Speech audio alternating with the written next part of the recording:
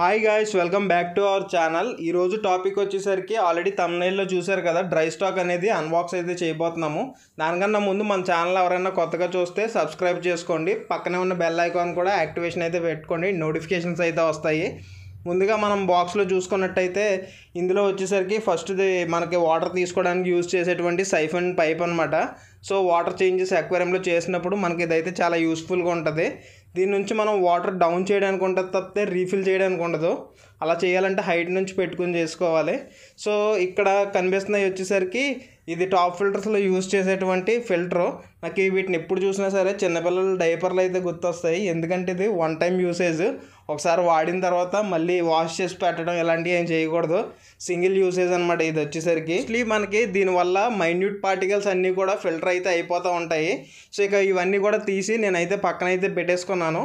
Next వచ్చేసరికి ఇక్కడ నా చేతిలో కనిపిస్తుంది చూసారు కదా, ఇది ఎయిర్ పంప్ మీద ఆపరేట్ అయ్యేటువంటి టాయ్ అనమాట.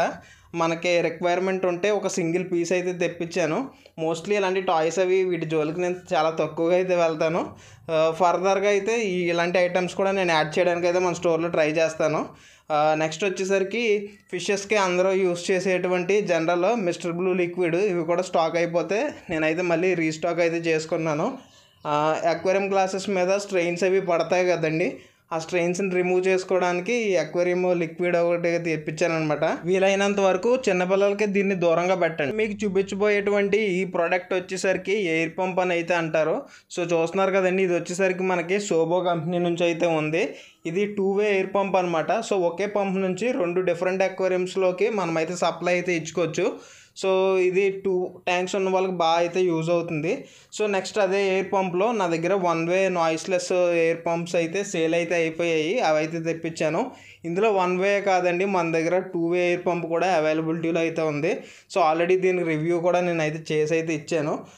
మీరు చూసుకున్నట్టయితే ఇది ఎయిర్ పంప్స్కి మనం యూజ్ చేసేటువంటి ఎయిర్ ట్యూబ్ అనమాట.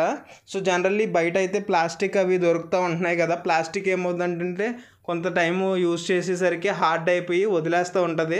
ఇప్పుడు నేను ఈ రబ్బర్ సాఫ్ట్ కాంపోనెంట్ ఉన్నటువంటి ఈ రోల్ అయితే తీసుకొచ్చాను. అదేవిధంగా మన దగ్గర మినియేచర్ వెరైటీ స్పీషీస్ అయితే ఎక్కువ మెయింటైన్ చేస్తూ ఉంటాను కదా, వాటి కోసం అయితే నేను ఈ మైక్రో పిల్లెట్ అయితే తెప్పించడం అయితే జరిగింది. దీన్ని ప్లాంటెడ్ స్పీషీస్కి మాత్రమే ఫీడ్ ఇవ్వచ్చా అంటే అలా ఏం లేదండి.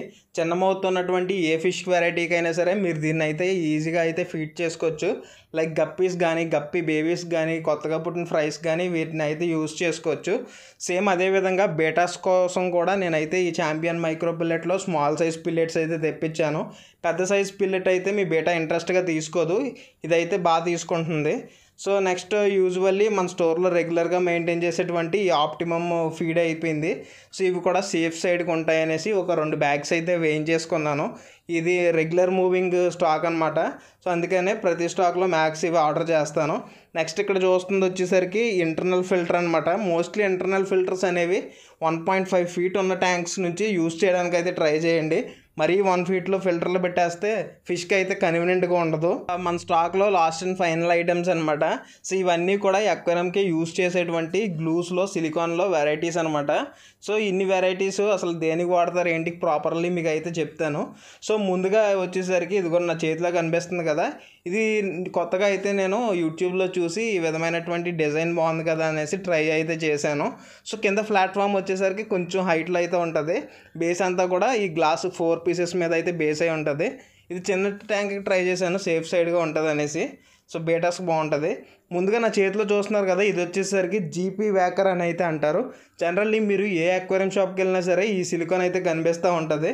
చిన్న చిన్న ట్యాంక్స్ అన్నిటికి కూడా మీరు ఈ జీపీ వ్యాకర్ అయితే యూజ్ చేసుకోవచ్చు. అదేవిధంగా ఇది వచ్చేసరికి డౌసీల్కి సంబంధించినటువంటి కంపెనీ యొక్క సిలికాన్ అనమాట. మోస్ట్లీ మనం చేసే పెద్ద ట్యాంక్స్ అన్నిటికీ కూడా ఈ డౌసీలు అయితే వాడుతూ ఉంటాము. ఈవెన్ నేను నా స్టోర్లో బిల్డ్ చేసినటువంటి 3 ఫీట్స్ 4 ఫీట్ ట్యాంక్స్ కూడా నేను ఈ డౌసీలు అయితే యూజ్ చేశాను. కానీ దీని బ్యాక్ సైడ్ ఏం మెన్షన్ చేశాడంటే ఇది అనేది అక్వేరియంకి యూజ్ చేయకూడదని అయితే మెన్షన్ చేశాడు. బట్ ఏంటి అంటే కనుక ఇంతకుముందు ఎస్పెషల్లీ అక్వేరియంస్ కోసం ఈ సిలికాన్స్ అనేవి మన దగ్గర అయితే యూసేజెస్లో ఉండేవి కాదు. ఆ టైం నుంచి కూడా మనం ఈ డౌసీల్ అనేది యూజ్ చేయడం అయితే జరుగుతుంది. పర్సనల్ ఎక్స్పీరియన్స్లోనే నేను చాలా ట్యాంక్స్ వరకు ఈ పెద్ద ట్యాంక్స్ అన్ని డౌసీల్తోనే చేశాను. సో ఇప్పుడు వరకు ఏ లీకేజ్ కంప్లైంట్ కానీ ఎలాంటి ప్రాబ్లం కానీ అయితే రాలేదు. సో కాకపోతే ఏంటి అంటే కనుక మనం ప్రొఫెషనల్గా చేసుకోవాలనుకుంటే ఖచ్చితంగా ఈ 121 అక్వేరియం సిలికాన్ యూస్ చేసుకున్నట్టయితే బెస్ట్ అనమాట. ఎందుకంటే దీన్ని ప్రత్యేకించి అక్వేరియం అసెంబ్లింగ్ కోసం అయితే వాడడం అయితే జరుగుతుంది. ఇవన్నీ కూడా మనకి జర్మన్ టెక్నాలజీతో రెడీ అయ్యేటువంటి సిలికాన్స్ అనమాట. ఇదేనే కాదండి, నేను ఈవెన్ ముందు చూపించిన జీపీ వ్యాకర్ కూడా సేమ్ జర్మన్ టెక్నాలజీయే ఉంటుంది. సో నన్ను అడిగితే పెద్ద ట్యాంక్స్కి ఈ 2 సిలికాన్స్ కూడా ది బెస్ట్ అని అయితే చెప్తాను. ఎందుకంటే ఈ డౌసీల్ అనేది నా పర్సనల్ ఎక్స్పీరియన్స్. అయినా సరే ఓన్గా ఒక అక్వేరియం అనేది ఇంట్లోనే రెడీ చేసుకుందాం అనుకుంటే మీకు సిలికాన్ అనేది నీడ్ ఉంటే కనుక ఖచ్చితంగా నన్ను అయితే కాంటాక్ట్ అవ్వండి. ప్రస్తుతం అయితే మన దగ్గర ఈ 121 అక్వేరియం సిలికాన్ అయితే అవైలబిలిటీలో అయితే ఉంది. ఓవరాల్గా వీడియో అయితే ఇదనమాట. సో కంప్లీట్ డ్రై స్టాక్ అంతా కూడా మీకు కవర్ చేసి అయితే చూపించాను. సో నెక్స్ట్ వీడియోలో మనకి వచ్చిన లైవ్ స్టాక్ అనేది మీకు చూపిస్తాను. Thank you.